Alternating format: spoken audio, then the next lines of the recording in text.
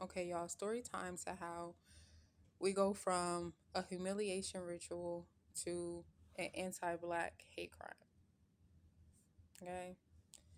So, starting from, we're going to start from January.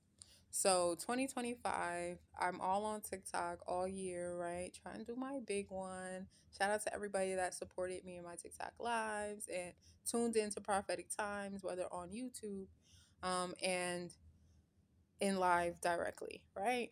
And sorry for the YouTube. It has been a part of everything that I've been going through with this fake ass humiliation ritual. So,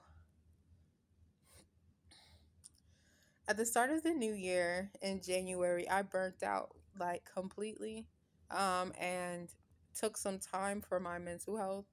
And during that time, um, and I have some tweets, and I will actually add to here as well to give y'all like a timeline of how everything has been going down since the initiation of the humiliation ritual, to me losing my job, to me now also losing my apartment, um, to my neighbors continuously calling the cops on me for no reason, like literally no reason.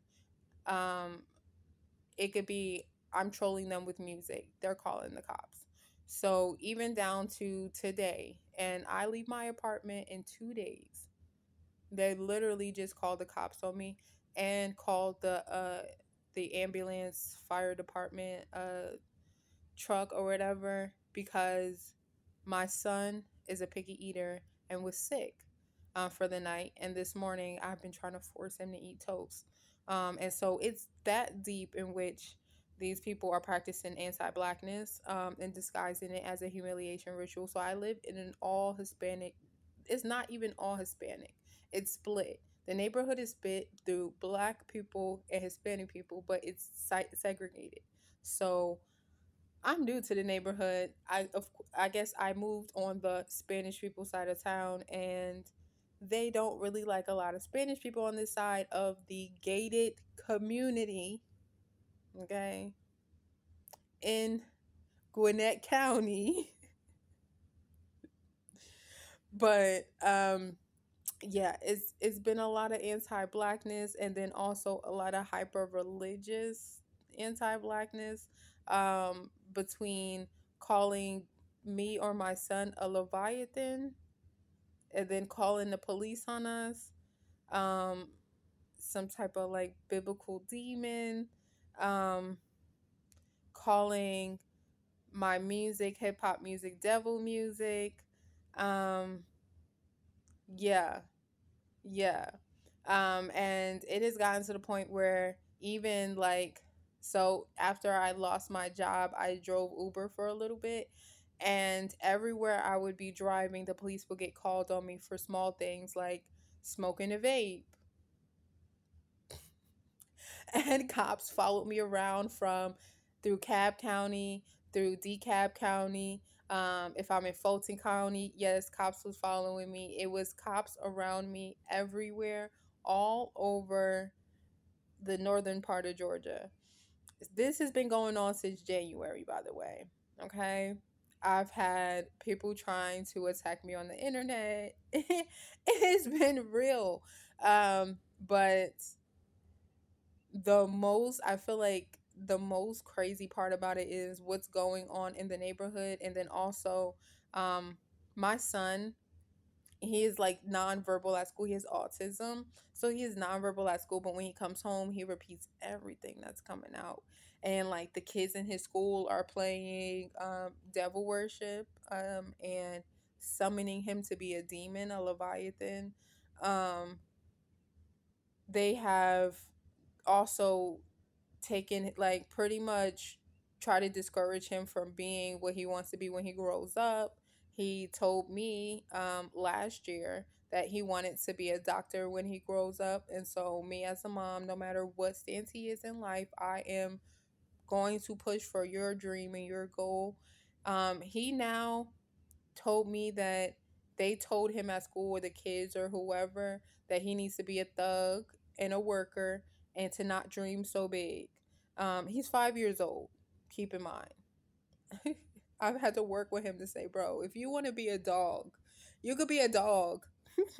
Don't let nobody try to crush your dream. You could be whatever you want to be, but it is some serious, like, I just feel like it's more anti-blackness than it is a humiliation ritual. Cause I'm like, dang, if it was like, it could be anything, man. Like, you could have did anything, but it seems like people want to make it seem like I'm neglecting my child. People want to make it seem like um I'm either an unfit parent, or I'm in here doing something illegal for money in order to maintain my home. And so it's very based in anti-black rhetoric. It's even like, I've gone to the urgent care and had people call the cops on me in the urgent care. We went to vacation at Lake Lanier. People called the cops on me at Lake Lanier. It had gotten to the point where there was so much harassment that I ran away to a Motel 6, and got the police called on me in the Motel 6. Um, I mean, consistently, like, it don't matter what's going on, at least once a day, the police is getting called on me from somebody in my neighborhood. I'm more happy. Like, I'm not even that upset of losing my apartment, because I'm like, God has got to be pushing me out at this point because of all of this harassment. But when I tell you, it's like, it never had to be like it never had to be like this. But I guess so.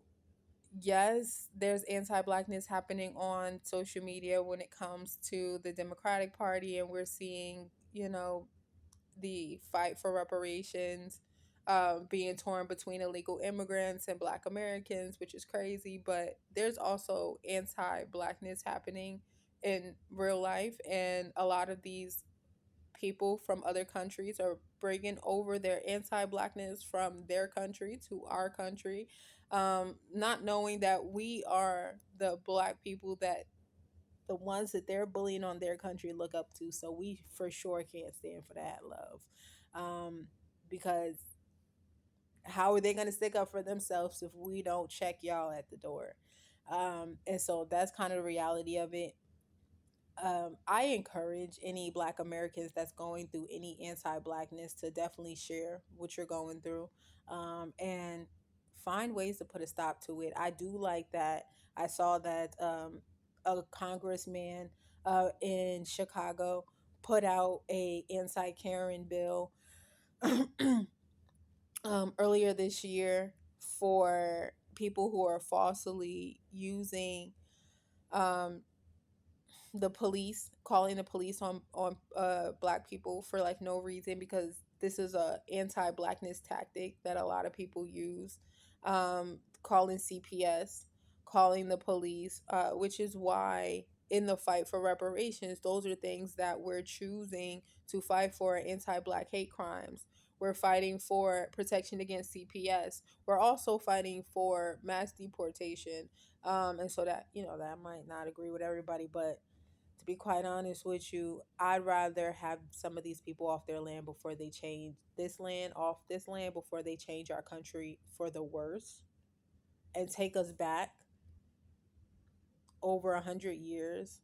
So all that 100 years of fighting that our ancestors did would be flushed down the toilet just because some people are bringing their anti-blackness over here and now trying to have us repeat history. So I don't know about y'all. I rather they leave than for us to have to refight another 100 years.